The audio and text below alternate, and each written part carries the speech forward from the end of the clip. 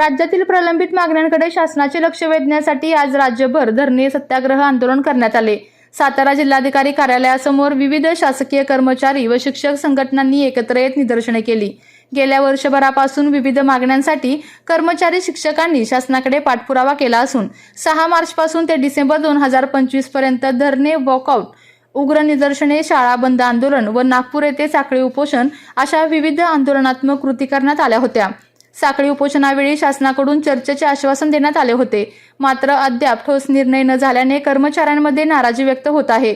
सुधारित राष्ट्रीय निवृत्ती वेतन योजना तत्काळ कार्यान्वित करणे, 1 मार्च 2024 नंतर निवृत्त कर्मचाऱ्यांना पेन्शन व प्रोव्हिजनल पेन्शन देणे, रिक्त पदे भरणे, कंत्राटी कर्मचाऱ्यांचे नियमितीकरण करणे, सेवानिवृत्तीचे वय 60 वर्ष करणे, 3% वाढीव महागाई भत्ता मंजूर करणे, जुनी पेन्शन योजना लागू करणे आदी प्रमुख मागण्या यावेळी करण्यात आल्या।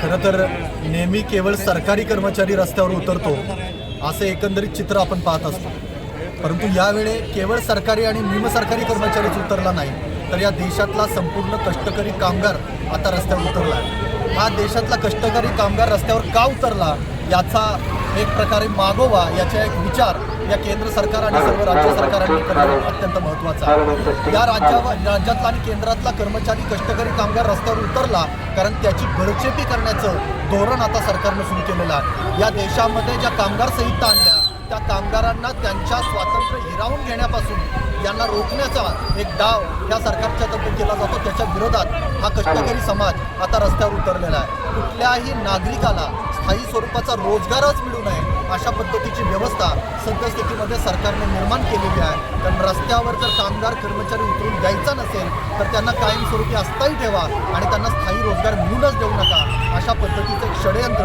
हे कर्मचाऱ्यांच्या आणि कष्टकरी कामगारांच्या विरोधात जे उभं केलं जातं त्या षडयंत्राला विरोध म्हणून हा कष्टकरी कामगार रस्त्यावर उतरतोय। वेगवेगळे कायदे केले जातात। सध्या भारत आणि अमेरिकेची एक डील झाली, त्याच्यामध्ये शेतकऱ्यांना संपवण्याच्या दृष्टिकोनातून हा एक प्रकार सुरू झालेला आहे। त्यामुळे केवळ कामगार नाही, केवळ कर्मचारी नाही तर शेतकरी सुद्धा आज संपूर्ण देशभरामध्ये मोठ्या संख्येने रस्त्यावर उतरलाय। आज देशभरामध्ये 1 दिवसांचा संप यशस्वीरित्या हे कामगार, कर्मचारी, शेतकरी पूर्ण करतील आणि शासनाला आपली ताकद दाखवून देतील एवढा विश्वास या निमित्ताने निश्चितपणे व्यक्त करतो।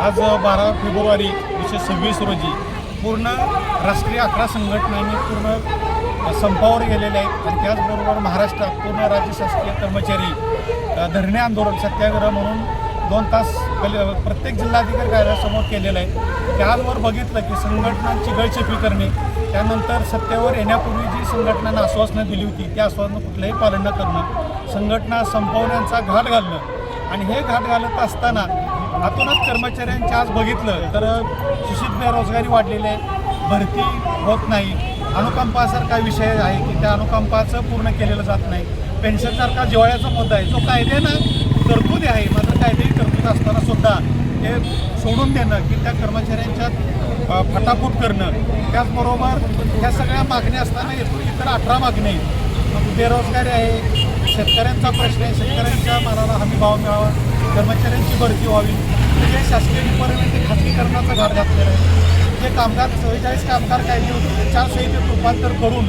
ही कामगारांची कवचकुंडळ संपूर्ण काढून घेतलेली आहे। एकंदरीत बघितलं तर कामगार जो वर्ग आहे तो देशेदडीला लावण्याचं शासनाचं धोरण दिसत आहे। इथे जर धोरण शासनाने माघारी घेतलं नाही किंवा कामगार कायद्यात सुधारणा करून कामगार सर्व दुर्लक्ष करून कामगार खच्चीकरण करण्याचा जर घाट घातला असेल तर ह्या गोष्टीला कुठेतरी शासनाला विचार करणं गरजेचं आहे। म्हणून आज रोजी सर्व जिल्हाधिकारी कार्यालयासमोर शासनाचा एक निषेध म्हणून सर्व रस्त्यावर कर्मचारी उतरलेले आहेत आणि याच निषेधात्मक पद्धतीतूनच की शासनाला आम्ही आवाहन करतो की लवकरात लवकर की यापूर्वीसुद्धा वर्षभर अनेक आंदोलन केली, मात्र शासनानं अजूनसुद्धा दुर्लक्षित केलेलं आहे। या आंदोलनाद्वारे जर शासनाने लक्ष दिलं नाही तर पुन्हा एकदा पाठीमागं जसं आपण शासन पूर्ण 7 दिवस ठप्प केलं होतं, बेमुदत संपावर कर्मचारी गेले होतं, ती परत वेळ शासनानं आणू नये, नाहीतर हे पूर्ण कर्मचारी परत बेमुदत संपाला सामोरं जातील।